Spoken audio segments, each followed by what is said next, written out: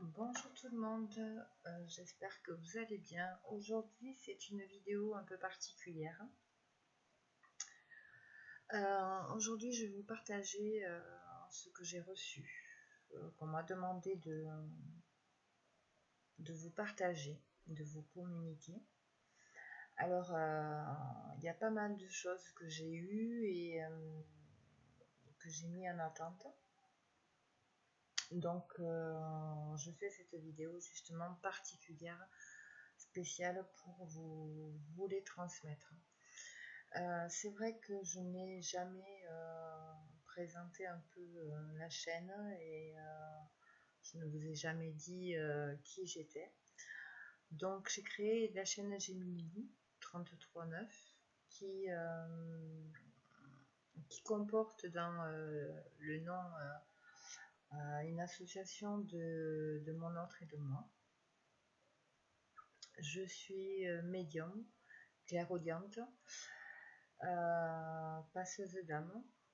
Et d'ailleurs, en ce qui concerne les passeurs d'âme, je voulais en parler un peu plus précisément parce que souvent on associe passeur d'âme ou passeuse d'âme au fait de communiquer avec les défunts, d'être le lien avec nos défunts.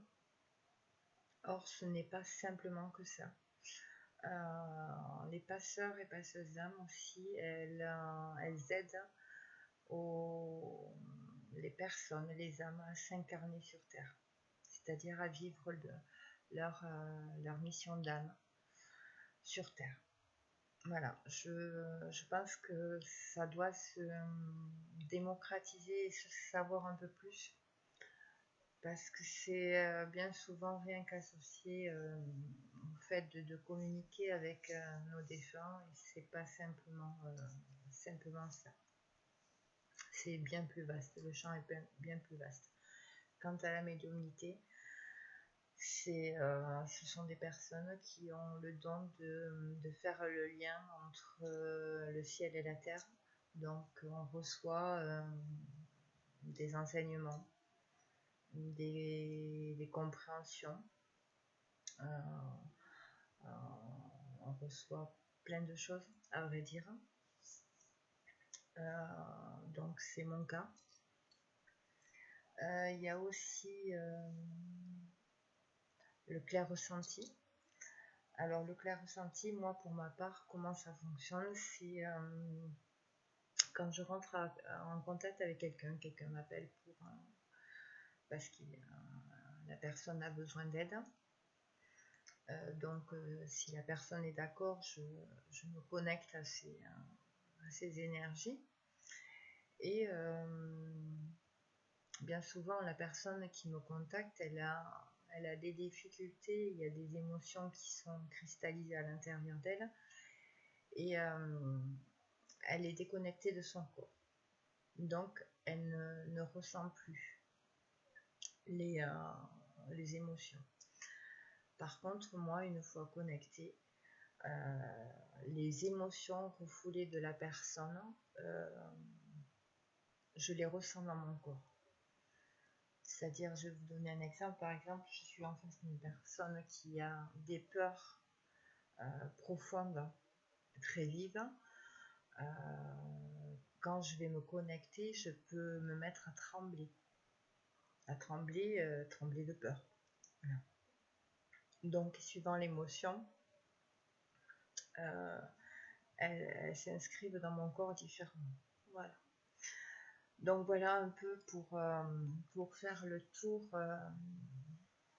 J'ai pas tout à fait fait le tour parce que je fais aussi des études numérologiques, des thèmes astrales, qui sont vraiment des cartes d'incarnation. Au niveau point de vue astral, ça va être vraiment relié à la matière, à ce qu'on va rencontrer dans nos vies et ce qu'on est venu dépasser. Et la numérologie, c'est plus pour moi l'aspect compréhension plutôt mental, esprit, etc. Donc voilà, pour moi, les deux sont complémentaires. Dans une approche de l'éveil spirituel, les deux sont complémentaires. Donc voilà. Donc je vais passer un peu à ce qu'on m'a transmis. Donc on me parle de changement de vie à venir. On me dit de vous transmettre que même si vous avez l'impression que tout part un peu en sucette, c'est qu'une impression. Tout se passe selon un plan. On vous demande par contre de suivre le courant, de ne pas faire de résistance, de vous laisser aller, d'avoir confiance et de garder la foi, d'essayer de ne pas stresser, s'inquiéter outre mesure. Je vais vous donner un exemple. Par exemple, vous avez mis sur pied un projet qui vous tient à cœur.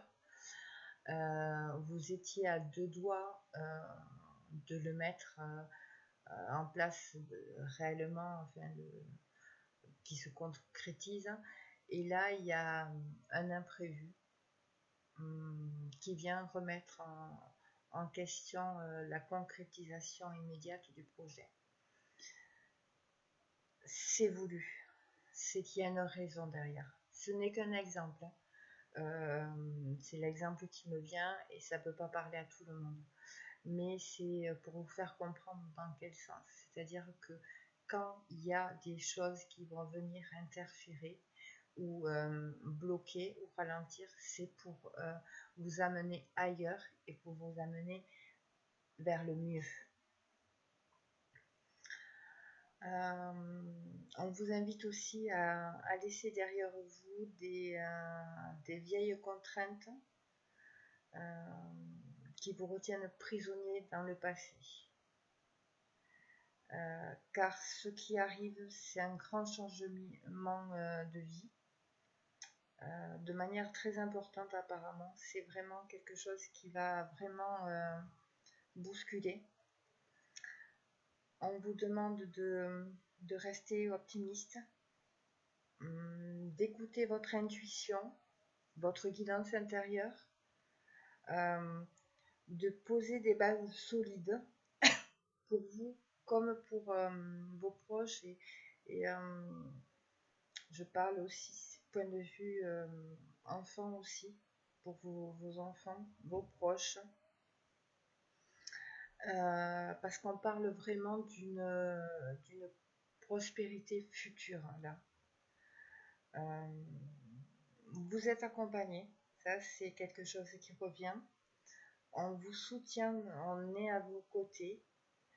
Il vous demande de vraiment pas relâcher vos efforts, de continuer sur la voie, à être vous-même et à continuer petit à petit à poser vos actes, à poser des actes, à continuer à travailler. Et on me parle vraiment de bénédiction, de récompense, d'abondance financière aussi également, qui viendront en continuant en bonne intelligence et en sachant poser les actions au bon moment, sans procrastiner, vraiment, voilà, avec beaucoup de fluidité. On vous demande aussi de vous reconnecter à votre pouvoir personnel, d'avoir foi et confiance en vos capacités, en vos compétences, en vos talents et de les utiliser au maximum. Vraiment, ça c'est une partie très importante. Donc c'est revenu, on me parle de fin imminente qui fait partie du but global de votre âme, de votre mission divine. Et vraiment il y a une notion de qui dit que vraiment ces changements, même si sur le moment n'étaient pas forcément prévus et agréables. Ils étaient vraiment nécessaires et ils vont être en fin de compte très positifs et plus positifs que ce qu'il aurait pu être autrement. N'hésitez pas à demander à vos guides, à vos anges de vous aider, et si vous êtes stressé, inquiet pour ces changements, parce que c'est des changements qui vont être quand même, d'après ce que j'ai pu ressentir, assez forts, assez, ouais, c'est, je dirais, violent, mais voilà, c'est donc n'hésitez pas à demander du soutien, à vous connecter à votre guidance intérieure. Après, là encore ce matin, on m'a envoyé un dicton qui disait, comme on dit souvent, j'ai souvent entendu par chez moi, en avril, ne te découvre pas d'un fil. Et sur le coup, je dis, mais pourquoi vous m'envoyez ça? Je comprends pas. Puis après, j'ai compris le sens. Dans ce mois d'avril, ne vous dépossédez pas de votre lumière intérieure. Soyez vous pleinement, restez qui vous êtes, restez aligné. Ne pas perdre sa lumière ou étouffer sa lumière pour convenir aux autres ou pour des apparences. N'allez pas abandonner vos aspirations profondes pour quoi que ce soit, ou qui que ce soit d'ailleurs. Faites attention aux faux semblants, aux fausses lumières, aux fausses personnes. Le mois d'avril est un passage à un rééquilibrage qui va nous demander de rester bien alignés, bien ancrés, pour ne pas risquer d'être déséquilibrés, parce que ces changements risquent vraiment de nous déséquilibrer. Donc vraiment essayer d'être vraiment de bien s'ancrer. Après, n'oubliez pas que ce dicton, il y a une suite. Il dit en avril, ne te découvre pas d'un fil, en mai, fais ce qu'il te plaît. Donc c'est vraiment pour il augure derrière des choses bien plus je dirais joyeuse, mais c'est peut-être pas le mot le plus approprié, mais vous voyez ce que je veux dire. À côté de ça, j'ai reçu des visions concernant donc en lien avec des parcours sacrés, donc qui étaient en lien avec masculin. Donc on me montrait un masculin très fatigué, qui pouvait avoir des symptômes de rhume, de grippe, et mais qui refusait de s'arrêter, de prendre le temps, comme s'il n'avait pas le droit de s'arrêter, qui se sentait obligé de continuer et de nier tout ce qu'il ressentait, toutes ses émotions. Ça m'a montré aussi cette vision, un masculin en protection face au surmenage, qui n'arrivait pas à gérer les situations, qui trouvait insolubles.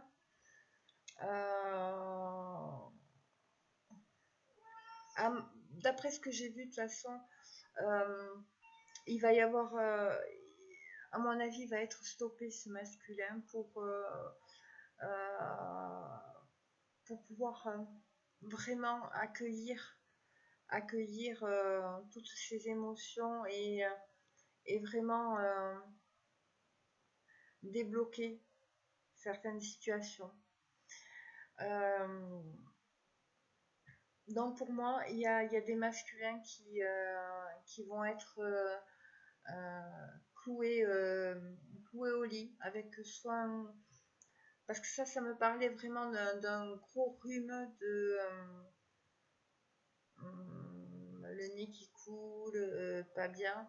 Et je pense que ça fait un moment que ce masculin a traîné ça, parce que vu la vision que j'ai eue, et c'est clairement, je vais vous la donner, vous la dire, ma vision, c'était un masculin qui était enrhumé comme pas possible, mais donc dans ma vision, il se faisait des piqûres pour aller mieux, pour continuer à avancer.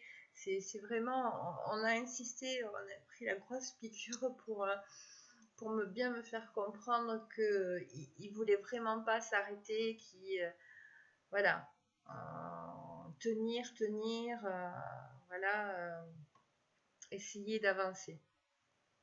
Et d'un autre côté, on m'a montré une féminine qui